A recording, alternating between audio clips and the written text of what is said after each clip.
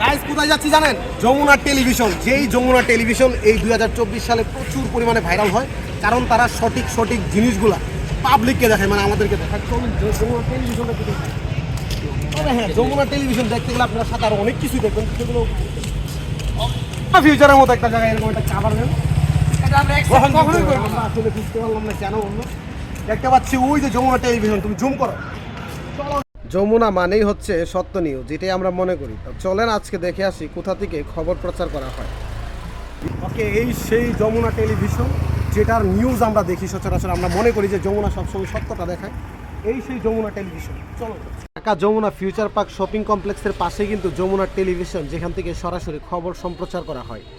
পিছনের সাইডটাতে আছে যমুনার শপিং কমপ্লেক্স এবং এখানে আছে যমুনা টেলিভিশন। দেখতে থাকুন।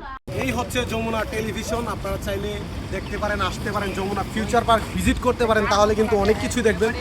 এর মধ্যে সব থেকে আকর্ষণীয় যেটা যমুনা ফিউচার পার্কের যে শপিং মল সেটা, এবং এখানে হচ্ছে যমুনা টেলিভিশন। এখানে আছে যমুনা টেলিভিশন। এদিকে কিন্তু খুবই খুবই খুবই রেয়ার।